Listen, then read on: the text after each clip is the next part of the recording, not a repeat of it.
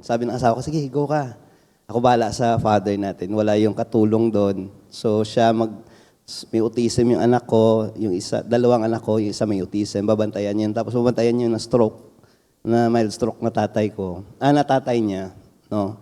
So, si God nang bahala. Sabi niya, go ka lang doon. Huwag mo na akong isipin. So, praise the Lord na iba yung mindset ng asawa ko. No? Kingdom yung mindset. Nung nakita ko, sabi ko, sige, Lord, maganda to. Ma-share ko by din sa experience or sa life na binigay nila. So pray muna tayo kasi kay God naman lahat to eh. Oh Lord, wino-worship ka namin ngayon as we listen yung sa word mo, pag-meditate sa word mo, at ma-change yung mind namin, Panginoon. Na ma-apply namin to sa buhay namin, na maging salt and light kami sa generation na to, Panginoon. I pray, ikaw mag-speak sa heart namin, kahit sa akin, Lord, as I speak dito. I pray, ikaw yung mag-minister, ikang Holy Spirit, Lord, mag-convict sa amin, in-sin sa heart namin. At i-change mo yung life namin. Thank you sa nandito sila ngayon. Dami silang gustong gawin sa buhay nila. But dinivote nila yung time nila para mag-listen sa word mo, fellowship sa believer. As the time na lumalapit, Lord, sa pagbalik mo. Salamat, Lord. Thank you, Father, sa time. I pray na guide mo ko, make me your mouthpiece, Panginoon. Thank you. We praise you and we give you glory, Lord. In Christ's mighty name we pray. Amen. So, ang topic is secret files, no? Debunking today's culture, no? So, ano mga culture? Isa siguro dito, yung culture is yung victim mentality or Christian suffering.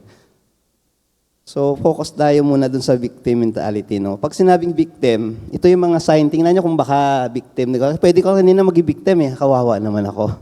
Ako na naman to. Parang bakit nangyayari sa akin to as Christian? Missionary ako. Bakit nangyayari sa akin to? Bakit na stroke yung father ko? Bakit ako pupunta dito? Parang ganon. Huwag nyo na ako invite. Kasi kawawa ako eh. Kawawa si Kuya Matt. Minsan narinig ko yan sa mga CM din na, Matt, bigyan ka namin, kasi may anak ka, ganon. Sabi ko, hindi, kaya ko yan. Punta ako dyan. Magdadrive pa ako from San Fernando, punta dito. Na-enjoy ko yun, ganon. No? So, hindi ko sabihin na, ang gastos, may toll, may ganyan. Magdadala pa ako ng pagkain nandito. Parang, na-enjoy ko yun mag-serve kay Lord. Kasi iba yung perspective. Nag-change, nag-iiba yung way mo pag-deal sa problem or situation sa life mo. Kasi iba yung mindset mo. I pray na mag-change ngayon yung mindset sa inyo, no? So ito yung mga victim mentality na. So you blame other people for how your life's going, no? You have a constant feeling of helplessness. You think that the world is unfair place. You feel like others should recognize that you had been a victim, no? So you want people who have done you wrong to recognize what they did. When you feel sorry for yourself, it makes you feel a bit better. So you find it hard to make changes in your life, no? Ito yung mga bakit nangyayari to sa atin or sa culture ninyo ngayon, no? Sa amin, sa time namin, meron ng ganito. Actually, hindi lang sa inyo. Sa amin, meron yan. Sa tao kasi yan, decision yan eh, sa life. No? Kung gusto maging victim na lang, ayaw mo na mag-change, bakit nangyayari sa akin to, bakit ako na lang parati, unfair yung mundo, yung ganon. Ang iba sa inyo, nadidepress na, yung iba, no? Tapos kung bigyan mo advice, magagalit pa siya, yung ganon. Ayaw na mag-change. Siguro, balik tayo kasi mindset kasi yon. So kung mindset, nasa mind mo na yon, nakokopya to eh. Na-learn mo lang to. So meaning, pwede mo ma-unlearn. No? So, dito nakalagay, do not conform to the pattern of this world, but be transformed by renewing your mind. Then, sige, basahin nga natin lahat. Ready? Start. Do not but be transformed by renewing your mind. Then you will be able to test and approve God's will is good, pleasing, and perfect will. So, makita ko. Meron ako ditong props. Sandali, Ayun, may assist. Wala na. Hindi, ito lang. Kunin ko lang. Okay. Nagdala ako dito, sabi ng misis ko, sige lang, maglagay ka ng ano mo. Ayan, bro. Salamat. Ayaw ko mabasa yung stage kasi gagamitin bukas. No? So, thank you Thank you, Smaki. Ayan. So, props pa, no? Smak, salamat Ibang klase yung leader nyo dito, no? So parang, ito yung mind nyo. Pag sinabing, do not conform to the pattern of this world, pag conform, nandun ka, ano? So, palagay natin, no? Sandali, hanggang alas 7 pa naman tayo, di ba? Okay, sorry. Ayan. Ulitan ulit pastor ito, no? Pag-conform is, ang ganito, napulyot yung mind mo sa mindset. Napulyot yung mind mo sa mindset ng mundo. Parang ganito kanina, tubig to, di ba? Pag sinabing conform ka or yung mindset ng mundo, pumasok sa'yo, naging mindset mo na ngayon. Ang mindset nyo, hindi yung mindset ko. Kasi iba yung sa time namin, iba yung pinagdaanan ko, at iba yung pinaliwalaan ko. So minsan ganito, ayan nag-iba yung mindset ng mundo, dapat victim ka, dapat ganito yung love, dapat ganito yung ito yung culture ng mundo. So hindi mo kasi matanggal yan sa brain mo. Alam mo kung paano mag-renew ng mind? Ang maka-renew ng mind is yung word ni God. Parang ito yung word ni God, big. Lagyan mo yung brain mo or yung sa mind mo ng word ni God, no? So, the more mo na nilalagyan, ayun. So, bahala na sila dito, no? Mababasa dito.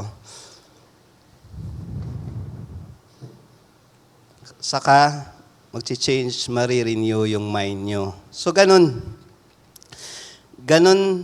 kaganda yung word ni God, no? Hindi mo matanggal yon. Ako, dami kong pinanood na pornographic movie. Imagine mo nung kaedad niyo pa ako, 12 years old, sa kapitbahay namin, yung ganon. Ang dami na nasaksak sa brain ko. Or itong mindset na to, kinalakihan ko, maraming bibenta ng droga, inom, parang ganon. Yun kinalakihan ko. Na-renew lang yung mind ko dahil kay God, sa word niya. So, kaya kayo pumupunta dito sa Elevate Live para i-renew yung mind nyo sa word ni God. Kasi ang mundo, i-influensyahan talaga kayo. I-influensyahan kayo. Kahit gaano ka pa ka-good, bad yung kasama mo. Good, bad company corrupts good moral. Ikaw talaga mahahatak. So, piliin niyo yung mga friends nyo, piliin niyo kung ano pinaniniwalaan nyo. Sa word ba yan ni God? Maglalas ba yan? So, pattern ng mundo, yun, transform. By renewing, ito yung renewing. Lagyan mo, change mo. So, para matamaan natin yung victim mentality, kailangan mo ng word ni God. Ano ba sinasabi ni word ni God about sa... Usually kasi mga victim is, na-hurt na yan sila, ayaw nila ma-hurt uli. Down na down sila. So, sa trials, kaya nahihirapan sila. So kayo, sino dito walang problem? Papalabasin ko kung wala kayong problem dito. Lahat may problem. No? Clear yan sa scripture. So tingnan natin sa word ni God, no? About sa problem. Number 1, alam mo ba sa Bible, pag mag-approach kayo sa problem, anong gagawin? Una, anong laki? Do not be shocked or surprised. Naso-surprise ba kayo pag may trials? May nangyari na ganito, no? Yung crush mo, iba na yung trials. Iba trials na yun, no? Iba tayo, no? Makarelate ka agad ng iba, no? In love. So, do not be shocked, no? Dear friends, sabi sa Bible, dear friends, do not be shocked or surprised when you suffer through painful tests and trials as if something strange happening to you. So kiniklear sa Bible na hindi ka dapat mag-shock, ma-shock sa trials. Kasi Christian ka o hindi, may trials. Ang kaibahan lang sa Kristiyano, may kakapitan tayo. May tama tayong mindset. May pupuntahan tayo, may kaibigan tayo ng mga Christian na magpipray sa atin, nagpipray tayo kay God. May balikan talaga tayo. Ang problema sa mga non-Christian, hirap talaga. Kaya nandito kayo, kasi kayo yung light. Kayo yung light ng mundo. Paano ka magiging light kung pagdating din ng problem, pareho ka din doon sa mga kasama mo na walang Jesus sa buhay. No? Ganon ka, Tapos sa Bible nakalagay dito, sabi ni Jesus, in this world, you will experience difficulties. But take heart, I have conquered the world. I have told you this, that trusting in me, you'll be unshakable. No? So deeply in peace. So, sabi ni Jesus, in this world daw, you will have trouble. Si Jesus na mismo nagsabi sa inyo na sa world na to, magkakaroon ka talaga ng trouble sa difficulties. Kahit sa ibang scriptures, nakita ko na those who live a godly life in Christ Jesus will be persecuted. Magli-live ka ng godly life kay Jesus, ipe-persecute ka. No? So, karamihan, di ba, nagbi-blame tayo pag may problem, biniblame natin iba, di ba? May sama ka doon sa nagbi-blame din, nagko-complain. Ako, isa rin ako sa nagko-complain eh. Pero minsan binabalik ko yung sarili ko na inintindi ko yung situation, tinitingnan ko kung anong mali ko doon. Yun sigurong improvement ko. Kasi blame is lame. No? Ito yung source. Ito yung source ng trials natin or troubles natin. No? Una, sinful nature. Kasi nasa self ka. Usually, yung problem ninyo, galing yun sa sarili nyo rin, sa ginawa mo. Di ba? Isa yon. Number 2, kung hindi sa'yo, sa paligid mo. Or, pangatlo, ito yung parating biniblame. Ang problem galing kay Satan. Si Satan naman mali parati. Ang nakakalimutan natin, ang problem, yung pang-apat na yan, si God nag-allow ng problem. Even yung kalaban, nagpapaalam ba kay God na bigyan ng trial si Job? So, hindi makagalaw ang kalaban sa trials. Kasi kung hayaan na ni God, bahala ka, anong gawin mo sa kanya? Kawawa kayo. So, may limit yun na siniset si God. Si God nag-aalaw nun. So, ang question, kung si God pala nag-aalaw nito, bakit niya nalaw ang trials, Ito nakalagay sa Bible, God says, the plan I have for you is plan for good, not to harm you. They are plans to give you hope and future. So, ang plano niya, ang trials na to, purpose talaga ni God, Para sa good natin, Kung para sa good natin, tingnan natin, ang truths about sa trial and how we should respond. Paano tayo mag-respond sa trial? Usually, anong sinasabi niyo pag trials? Para ka mag-grow, di ba? Usually, ganun. Pero pagdating ng trials, iiyak ka, madadown ka na wala kang gagawin. Pag iba yung mindset mo. Kailangan natin i-renew ang mind natin, when it comes sa trials, how we view ang trials, Una is, ang purpose ng trials is to reveal what was in your heart. Isa ito, Sa scriptures nakalagay, the Lord search our heart and examine our deepest motive so He can give each person his right reward according how he has lived. Tapos, ito, tingnan mo, yung tea, pag nilagay mo sa mainit, di ba, mag-iiba yung color. Yung toothpaste, pag pinrest mo na, doon mo makikita kung anong kulay.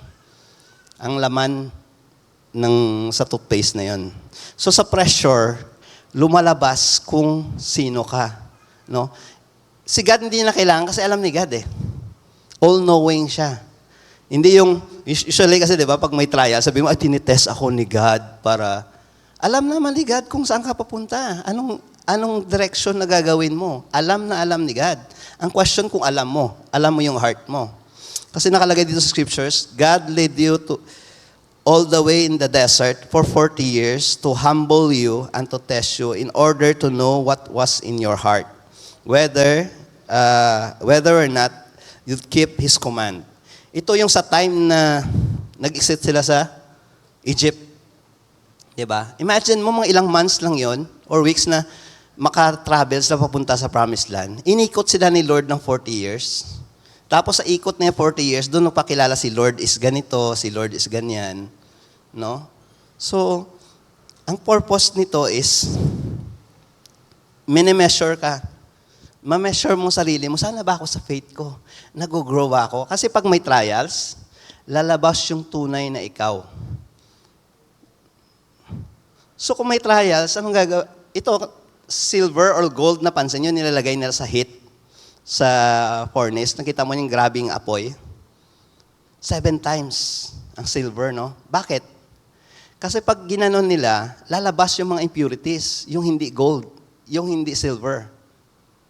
Yun yung purpose. Marami sa inyo, mayroon pang mga dumi-dumi doon na kayo mismo hindi nyo alam nandun. Pag may trials, lalabas yun.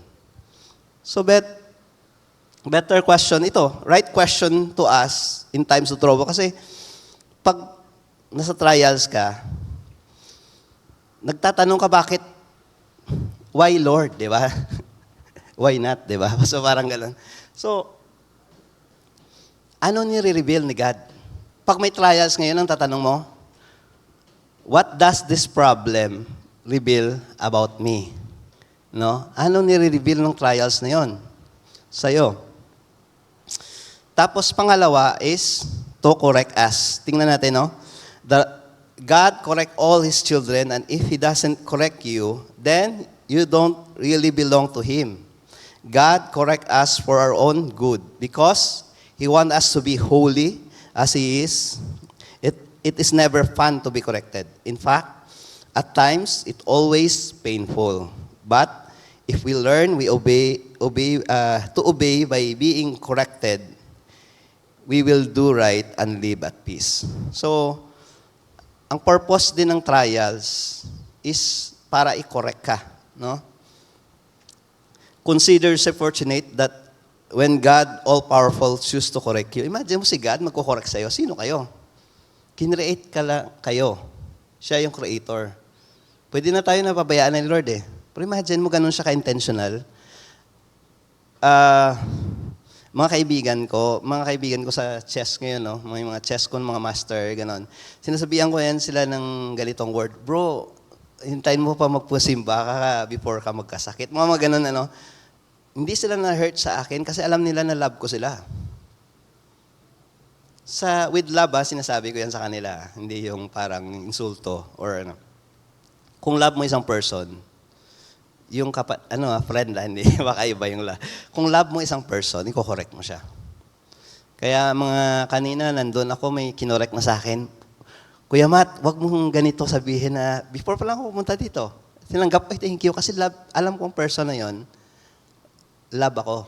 No? Thank you, Lance. Thank you, Osmaki. So, love nila ako niyan. No? Si Gio na wala dito, nag-correct sa akin. So, ginawa ko na ngayon yung correction nila.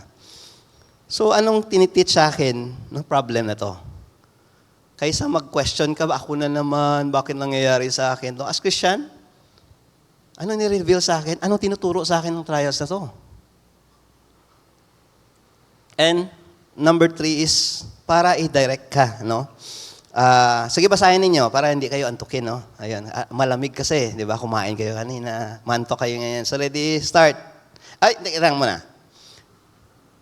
Babae, lalaki, tapos both. No? Sige, ready, start. Teka lang muna, hindi tayo magpatalo. Babae, no? Sige, ready, start.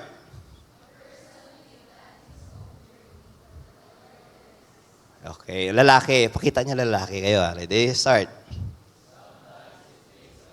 Teka lang muna, lalaki. Dapat malakas yun. Lalaki, ready, start.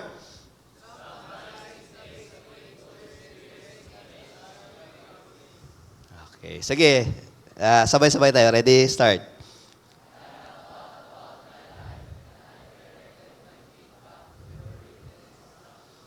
So, yun, makita mo, is dinidirect tayo ni Lord. Kasi minsan yung way mo, iba yung way mo. So, pag may problem na ganito, ako, before ako punta sa Elevate, sa Campus Crusade ako before. Kaya lang may problem dati, wala akong problema sa Campus Crusade, wala kami but may problem nag-arise na napunta kami sa church. Ngayon napunta ako sa Elevate. Na dati sa training sa Campus Crusade, pag sinabi, sino dito 20 years sa Campus, normal sa Campus Crusade yan, na tag 50 years, 40 years sa mission. Yung mga matanda sa amin, mga 50 to 55 years, nandun pa rin sa mission. So ako, nag-aansap ako agad. Yung mga classmate ko, hindi. Tapos sila yung natira ako. Parang ganon. Hindi mo alam Si God, binaalaw niya yung trials sa buhay mo, i-reveal sa sarili mo, iti-teach ka niya, ida-direct ka niya sa tamang path. Kasi love ka niya Di ba? Pag nakita ni God, papunta ka doon sa distraction. Di ba? Pumahal mo isang tao, sabihin mo, huwag ka doon pare, nakita ko na yung direction na yun Dito ka. No? So minsan ang trials, dina-direct ka niya. No? So pag may trials, anong nire-reveal, anong tiniteach, tapos, where is this problem leading me? Saan niya ako nililid nito? So better question mo yun when you face trials, no? At saka ito pang isa, ang trials is to protect us, no? God has led you away from the danger, giving you a freedom. So, tapos dito sa Genesis, no? You intended to harm me, but God intended it for good. Ito yung sinabi ni Joseph sa mga kapatid niya. Imagine mo si Joseph, maliit, paborito. Tinapon sa doon sa di ba? Imagine sakit no? Pabagsak ka doon, walang tubig. Tapos pagdating doon, bebenta ka. Punta doon sa Egypt. Sa Egypt, nagtrabaho siya. Imagine mo, mayaman sila. Tapos magsislave sa Egypt. Wala yung kapatid niya. Nakulong siya. Okay na sana nun. Right hand, okay na siya doon sa trabaho niya. Tapos bigla, pinagbintangan siya. Nakulong siya. Imagine mo nakulong siya. Pero sa pagkulong niya yon, tuloy pa rin siya. Trusted pa rin siya. Ano pa rin siya kay God. Tapos, ang king, nag-dream. Siya naka-interpret ng dream. Tapos ginawa na siya ngayon prime minister. Siya na yung right hand ng king. Pharaoh ng Egypt. Imagine mo, sa nangyari niya yung problem na yon, kundi nangyari sa kanya, milyon mamamatay. Kasi ang Egypt, nung pinidrik niya yun, nakasave yung Egypt na lahat ng mga lugar, yumaman ng Egypt doon sa time na yon. So imagine mo, ginamit yung trials niya yon para i-protect ang pamilya niya, yung country na yon, at iba pa, pati livestock. No? So makita mo, kahit even sa trials, no? Dami dito narinig mo stories lang ni Kuya Smaki mo. May hirap. Pag nandun ka sa trials, mahirap talaga siya. Pero hindi tayo victim, mga kapatid. Pag may word tayo ni God, nandun si God nag-work sa'yo, alam ni God yung ginagawa niya. Alam niya yung ginagawa niya. Nagsasalita ako sa inyo, pero minsan rin ako sa kay God na, Lord, bakit mo binigay itong anak ko? Hirap. Paano to siya pag namatay na kami? Makakain siya ng maayos? Paano to siya mabubuhay? Kasi may autism, level 3. May ADHD pa. Paano namin provide? Paano to siya pag namatay? Alam mo, sabi ni God sa akin, paiyak ako doon kasi sinabi sa akin, kung love mo yung anak mo, Matt, mas love ko yung anak mo kaysa love mo. Lalim ng love niya compare sa love ko. No? Minsan pinapaano kasi love ko anak ko. Hindi pa yan. Katiting sa love ko sa anak mo. So, doon ko nag-give up. Sabi ko, Lord, love mo yung anak ko Sige, ikaw ang bahala. So, ayun. Pag may problem or may sakit ka, di ba pag may sakit, may symptoms, punta ka sa doktor, may lagnat. Meaning, may greater na problem. Baka may greater na Kaya nga may symptoms No? Pag may trials, minsan, pinapakita ni God sa'yo doon, may problem na, may danger. So, doon yung protection ni God, no? How could this problem be protecting me? So, pag nag-ask ka ng question. So, number 4 na yata. Mali ng... Okay. So, kinakost niya tayo mag-grow, no? After you have suffered a little while. So, tingnan yung sa Bible, oh. Ano nakalagay? After you have suffered a little while. Usually, yung trials, or yung, hindi tumatagal. May end talaga, no? Depende sa inaalaw ni God. Pero, karamihan ng trials, nakikita ko, mag-i-end lang talaga, no? Hanggang, bumabalik na yun pag hindi mo na-learn pa. Minsan, no? After you have suffered a little while, God has, of all grace, called you to share the eternal glory in union with Christ, Himself, perfect you, and give you firmness, strength, and sure foundation. We can rejoice when we run into problems, trials, for we know that they are good for us. They help us learn to be patient, and patient develops strength and character in us, and help us trust God more each time we use it.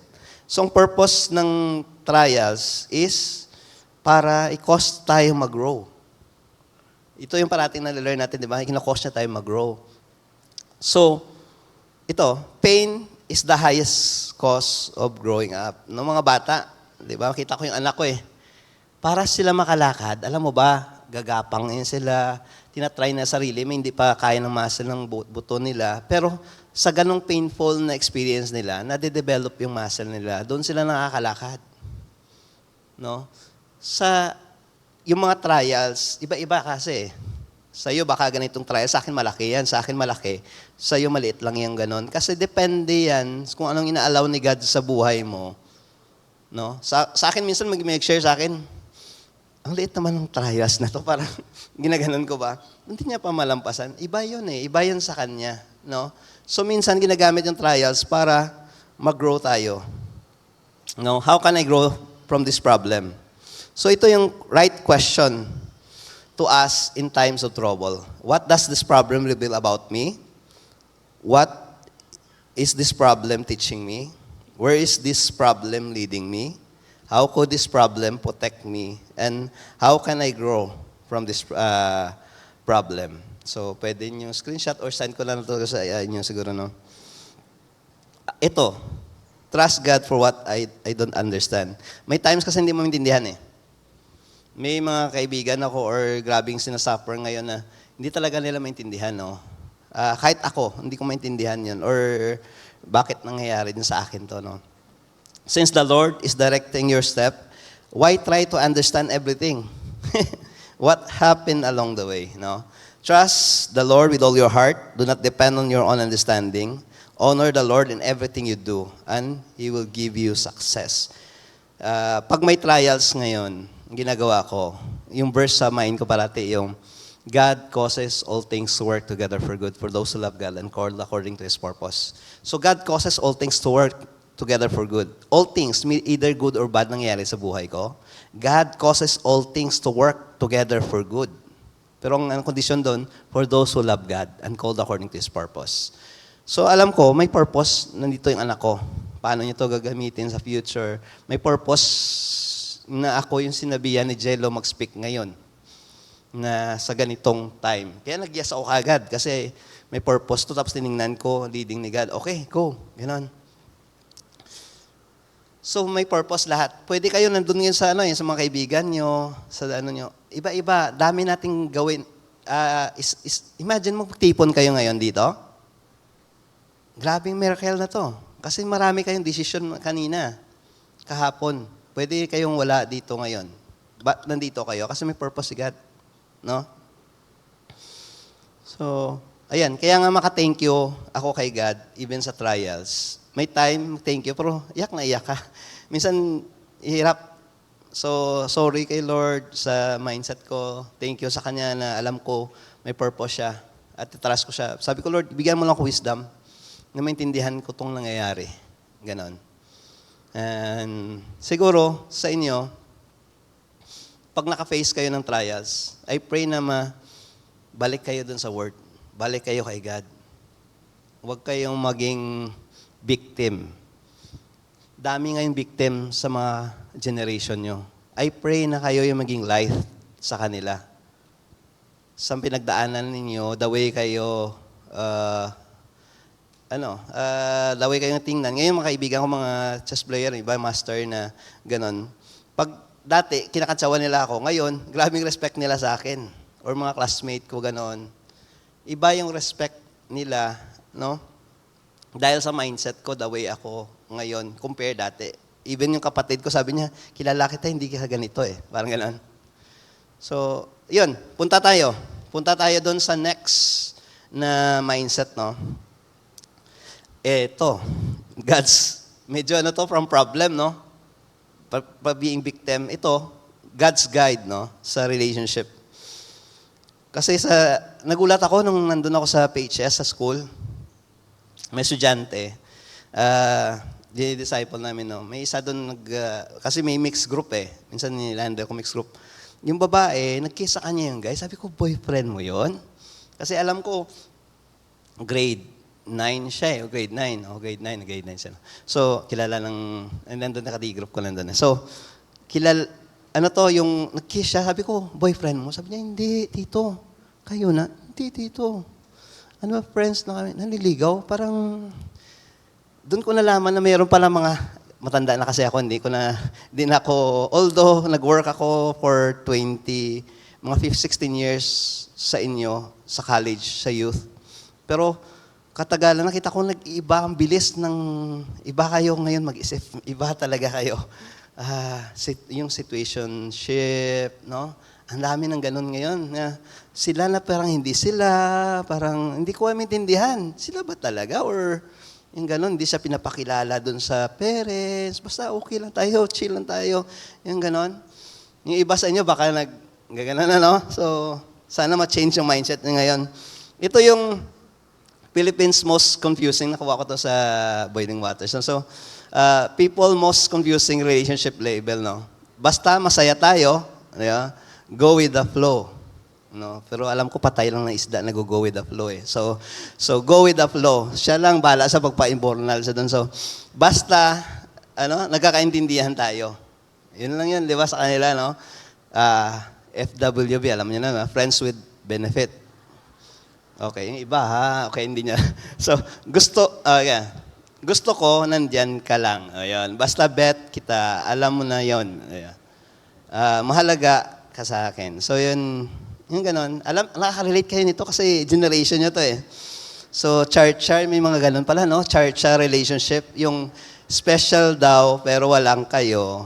Flirting, exclusivity, and intimacy. Label not included. Walang label, no? Hindi sila. Grabe, may ganon pala dito na, no? Pinakilig ka till maging clingy, then one day, sinabi na lang niya, thank you for everything. Okay, hindi pa ba sapat na masaya tayo? Okay, o clown pala yung hanap nito, pamain na lang. So parang yung ganon, yung relationship para one-sided ang yung parang gusto lang nila maging masaya. Ayaw nila mag-sacrifice, ayaw nila masaktan. Eto, may nag-ghosting na ba sa inyo? Kanina tinanong ko yung nagda-drive kami, ano yung ghosting? Gumaganon pa ako, so in-explain niya sa akin. Yun. Pati mga lalaki, ghost din, no? Nagpaparandam siya, pero pag na-fall, bigla siyang mawawala. Tapos magiging zombie naman. Wala tong zombie, joke lang to. So, after niyang maging ghosting, babalik siya galing sa hukay at magpaparamdam uli sa'yo. Tapos ikaw naman, entertain kasi nag-i-invest di ba? Kaya sabi ko sa mga guys, mga lalaki na kadi-group ko, huwag kayong magda-moves, huwag kayong magbibigay ng, parang bigyan mo ng candy isa lahat, huwag yung isa dalawa. Kasi mag-iisip din ng girl, di ba? Mga tawag namin doon mga asyomomera. So parang, bakit dalawa sa akin? Sa kanila isa. Uy, si kuya. Parang ganon. So dapat pareho lahat, no? Careful kayo, guys.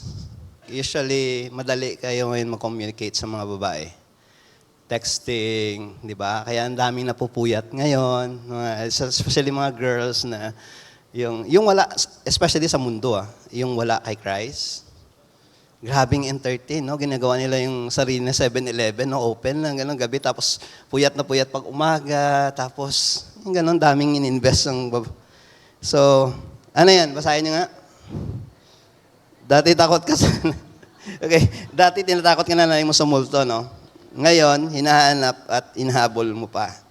So, how time flies, and tapang mo na. So, oo, girls, hayaan niyo yan sila kasi baka daming sinendan yan eh. So, di ba? Ay, isa ka lang doon, tapos ikaw naman, oy, bakit? Sila, di ba?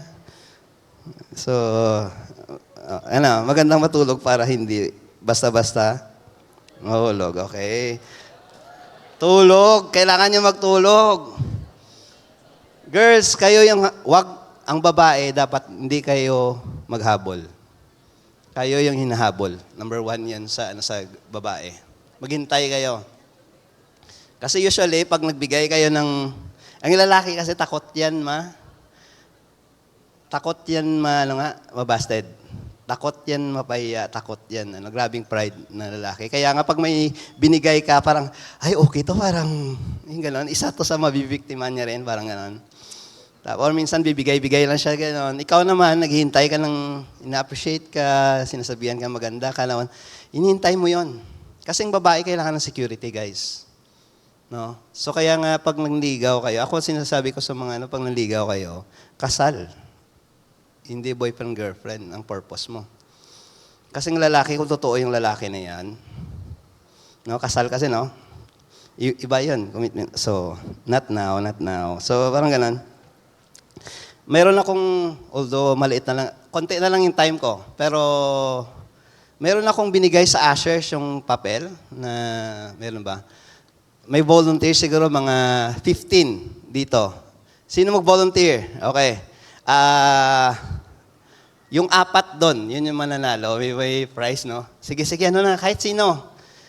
Dito sa harap, ang gagawin nyo sa papel, sige, participate kayo, guys. Sige. Ang 4, sige, sabihin ko na, no? Yung 4 na mananalo, bigyan ko ng shirt, elevate shirt. Yung V-shirt na, no? Dito. 2 minutes na to. Bisan nyo kasi. Dito kayo sa harap. Ang gawin nyo, yung papel. Okay. Sige, dito kayo, guys. Pakita kayo dito. Ito yung mga tunay na lalaki. Di ba, bay? Okay, bigyan natin sila ng 2 minutes, no? 1 or 2 minutes, tingnan natin. Isi-separate nila dalawa yung paper. Gusto manalo ni Ernest.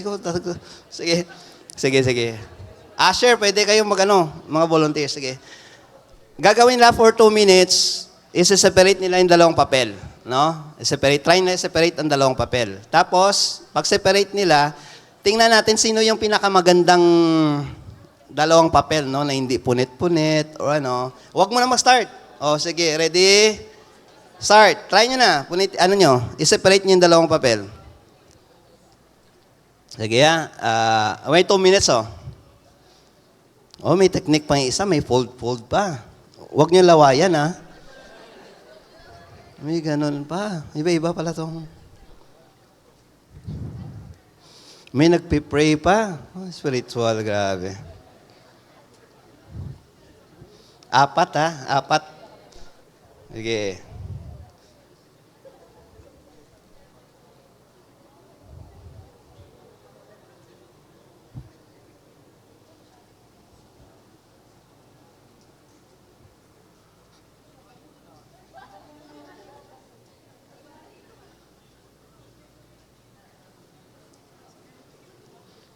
Okay, malapit na. 1 minute na lang.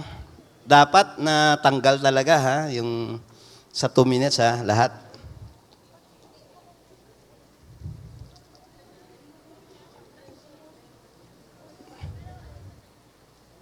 Dapat walang punit. Walang punit sa 47, 45.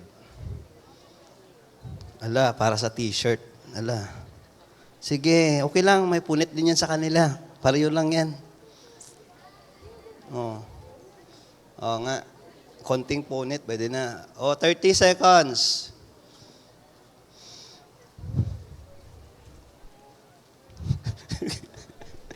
Grabe yung style. Ibang class. Ayan na. Very good. Isa, one. Maganda to. Okay. Pakita nga sa kanila, babe. Hindi ko nga. Ayan, wasak. Okay, yun. Be, tapos ka na? Ito, okay. 1, 2, 3. Isa na lang. Yung maayos. Kunin lang siguro ng usher yung pangalan, no? Tapos, bigay ko. Sige lang, trials din yan. Baka hindi kayo makatulog mamaya, ha? Ayan na, Sir Ernest. Wala, punit Ernest. Isa na lang. Ito, malapit na, oh. May laway pa, nilawayan. Wala na, isa na lang. Okay lang yan kahit, ayan. Ernest, base sa'yo, Ernest. Kunin ko nga. Sige lang. Okay na yan. 1, 2, 3. Kunin lang yung pangalan nila. Ito, may isa pa. Sino isa? Tapos na? Ayan, okay na. So, okay. Guys, palapakan natin. May 4 tayo nanalo, no? So, ayan. Thank you. Okay. Thank you, sa pag-participate. Okay lang yan. Part ng trials. Makatulog ka yan. Yun, may basura. Ayan. Iyan na lang, yung kanina yung 4 na nauna, i-lista na lang. Salamat, So, bakit ko pinapunit yun? Hindi lang, gusto ko lang magbigay ng prize. Magawa kasi ako ng shirt, eh. So, tingnan mo yung kay Ernest. Ernest, ano ba to? Tingnan niyo yung papel. Pag pinunit mo, may pupunta doon sa kabila. No? Sirang-sira. Guys, ang picture nito is, ito yung mangyayari pag hindi kayo nag-ingat na hindi sa marriage. May mawawala sa'yo, mapupunta sa kabila. Yung part sa'yo. So, I pray na hindi kayo mapunta doon na magmadali. No? Kasi may design si God sa marriage. Masisira yung sarili nyo emotionally, down na down kayo. Imagine yun, pupunta kayo doon sa kasal, no? Tapos sabihin mo, ikaw na yung last kiss ko. Parang gano'n. Tapos nandun yung mga ex mo before, nag-a-attend, yung gano'n. Anong gusto mo gano'n? Or gusto mo i-prepare yung sarili mo para sa magiging asawa mo? No? Mag-extend lang ako konti, pasensya. Ayos na ba? Thank you. Wala silang magawa akong speaker. Ayos. Okay lang. So, nakalagay sa Bible, the Lord said, it is not good for man. Guys, huwag kayong maging alone, ha? Doon yung kasalanan. Doon tayo nagkakamali, no? Huwag kayong maging alone. So nakalagay doon, it is not good for man to be alone. Okay, ang question dito, sino ba nakakita? Ang man ba nakita niya, alone ako? Hindi, may not alone. Hindi. Sabi ni God, it is not it's not good for man to be alone. Meaning, yung iniisip nyo na, baka kapag-asawa pa ba ako? Yung gano'n. May makikita ko ba yung right para sa akin? Sabi ni God, it is not good for man to be alone. I will make a helper. So, wag niyo isipin helper yung asawa ko, ha? Ang word na helper dyan, kung titingnan mo sa Hebrew, ang word na helper is si God. Sa time ng war, siya yung naging helper, parang ganon helper. Siya yung nag-rescue. Hindi yun yung parang helper na down ang babae, no. Man at woman equal kay God. Wala yung lalaki mas mataas, babae down. No, pareho kayo, level kayo. Pero sa hierarchy ng marriage, ang lalaki yung head, si Christ, man, tapos woman, children. So, ganun yan. Pero sa mata ni God, equal tayo. No? Pagdating lang doon sa leadership sa lalaki, yun yung doon. No? Kaya si God, inanap niya. Sino inanap niya nagkasala? Ang mga tao? Si Adam. Adam, saan ka? Hindi niya sinabihan si Eve. Kasi siya, kasing leader, siya yung inano ni God ng utos. Sa kanya binaba. No? So, it is not good for man to dwell alone. Dito lang makikita mo, si God yung nakakaalam. Ako yung isip ko rin yan nung time tinawag ako ni God mag full-time. Makapag-asawa pa ba ako? Ganun. Pero doon pala, nung nag-stop ako, manligaw, purso kay God, si God, doon ko nakita yung asawa ko. No? So dito, i-skip ko na siguro to makita natin. No? Ang importante dito, that's why man shall leave his father and mother and united to his wife and they become one flesh. So ang purpose talaga is married. Hindi ito, hindi ito laro, boyfriend, girlfriend. Ang purpose talaga, bakit ka maniligaw, guys? Para kasal. Huwag mong ligawan kung hindi pa kasalan. Huwag mong i-date yung asawa ng iba. Yan yun ang na-learn ko dati, no? Kasi gusto ko mag-date, no? Tapos nakita ko, asawa pala ng iba to, hindi pala to magiging future wife ko. Tapos, dinate ko. Parang ganon. So, ito sa definition ng CCF sa So, anong love? Love is unconditional commitment towards imperfect people seeking their highest good and often requires sacrifice. At nilagyan niya resulting God's glory. No? So, una, unconditional commitment. So, commitment ito, unconditional. Hindi sinasabi mo, I love you kasi matangkad ka. What if naputulan ng paa yan, dalawang paa? Hindi mo na love? I love you kasi maganda ka. What if pumangit yan nung tanda kayo? Tumutanda kami ng asawa ko. Love na love ko pa rin asawa ko. Siya pa rin yung gusto ko. No? Sana marinig mo. So yan. It's a commitment. No? Commitment yon para kasal. Kaya ako hindi na ako nanligaw sa asawa ko. 7 months ko siya pinag-pray. At sinabihan ko siya na nung nag-meet kami, sabi ko, actually, I've been praying sa iyo at willing kitang pakasalan. Nung sinagot niya ako, pakasalan ko sa 6 months. Kaya lang may nag-sponsor eh. Kasi 1 year, 8 months before ko siya pakasalan. So, may nagtanong pa sa kanya before niya ako sinagot sa retreat na. Sabi niya, may iniligaw sa iyo, Afia. Sabi niya, wala. Tapos kinabukasan, may boyfriend na siya. Gulat lahat. Actually, picture sa FB, kung makita mo doon na nakanganga sa profile pic ko yata, ganon, na nandun sila nakahanga sa paligid namin. Yun. Nagulat sila lahat. Bakit nagpa-ice cream ako sa office, mga missionary, sino birthday? Ganon. Hanggang nagulat sila na, kayo na pa. Ganon. Gulat na gulat sila, no? So, commitment yun, pakasalan ko siya. Actually, first girlfriend ko yung asawa ko. First boyfriend ako ng asawa ko. Totoo yun. So, naka-record, no? So, first boyfriend, first girlfriend. Pero hindi lahat na story ganon. Iba-ibang story. Pero sa akin yung naghintay ako, doon ko na-meet. Actually, nililigawan pa ako nung college na yun. Tapos, siyempre, maganda, classmate ko, ang puti, babait, ganon. Tapos, tinawag ako full-time. Sabi sa akin, pag mag-full-time ka, baka hindi tayo. Parang sabi ko, hindi pa nga ako maligaw, hindi pa ako, parang assuming ba, parang gano'n. Sa mind ko, sino unahin ko, ikaw or si God? Sabi ko, tawa lang ako doon. Tapos nag-pursue ako sa kay God, full-time.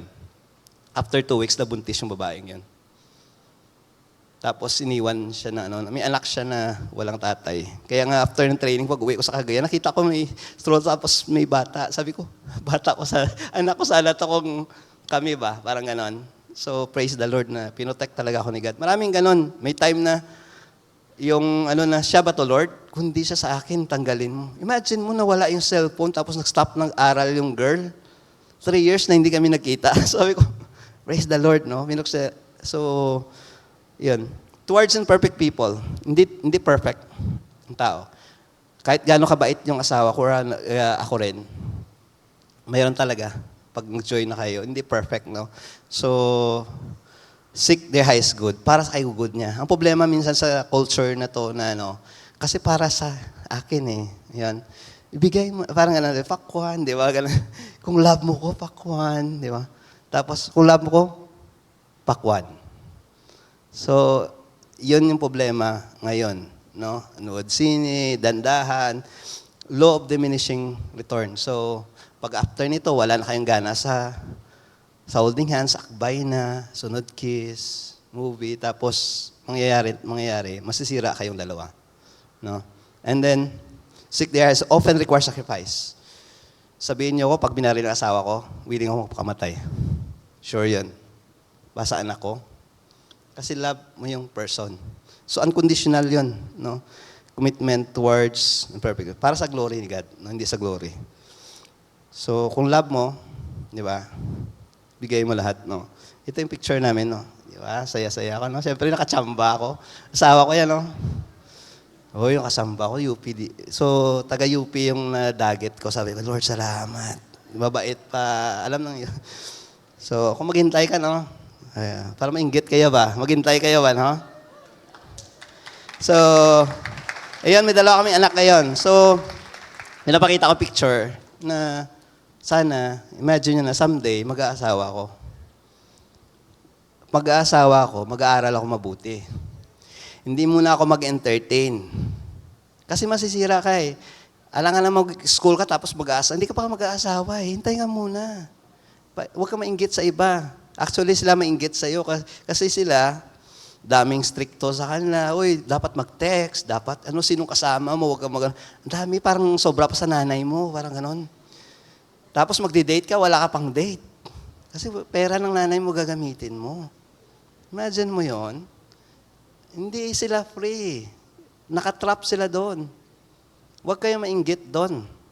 Dapat kayo kainggitan, mga Christian. No? I pray na mag-wait kayo. Hindi kayo mag-wait sa babae, mag-wait kayo kay Lord. No? So, I praise the Lord na may anak ako, may asawa ako. Kaya excited ako matapos na ito ngayon, sa uwi na ako. So yan, pray tayo kay Lord. Sa Kanya yung glory, hindi sa story ko, hindi sa word niya. I pray na maging light kayo, salt and light kayo sa paligid nyo as Christian, para kaya sa glory ni God. I pray mag-wait kayo kay God, not sa babae. No, yung mga lalaki nagme-message, bayaan nyo na yan. Habol sila sa iyo, tapos, ayun, sabihin mo sa parents kung manliligaw ka, sige, punta ka doon. Yung ganon. At kailangan nyo kayo mag-obey sa parents. Karamihan sa inyo nag-entertain ng relationship, tapos hindi alam ng parents. No? So, I pray, ma-honor nyo sa God. Pray tayo, Lord, I pray na ikaw mag-glorify sa buhay nila. Protect mo sila from lies ng enemy, from harms and dangers, from evil people, even sa mga guys na masisira sa buhay nila, na hindi naman nila magiging asawa. I pray, Father, na mag-wait sila. I pray, Father, ma-date nila someday yung para talaga sa kanila. Oh Lord, mag-wait sila sa iyo. Not mag-trust sila sa iyo, Panginoon, knowing na ikaw yung nakakakita na it is not good for man to be alone. Alam mo, kung ano yung kulang sa amin, ano yung need namin. Kailan kami mag-aasawa, paano yon. I pray, Father, ma-prepare sila sa future, na mag-give sila glory sa iyo, na maging light sila sa mga classmate nila, sa mundong ito na nasa darkness, ang maling mindset, Panginoon, na wino-worship ng iba yung mindset na ito yung tama. I pray, Father, na kami as Christian mag-stand, na makita nila na ikaw ang God namin. That's why we do this, Panginoon. Maghintay, mag-wait, even sa trials, makita nila na may joy sa heart namin. Nakasmile kami dahil sa iyo. Thank you sa time na to. I pray ma-renew yung mind namin. At sa iyo yung glory, not sa akin, dito sa Elevate, but lahat ito, Lord, we bring glory and honor sa iyo lamang, Panginoon. We praise you and we bring back all the glory and honor sa iyo, Panginoon. In Christ's name we pray. Amen and amen. Salamat, mga kapatid.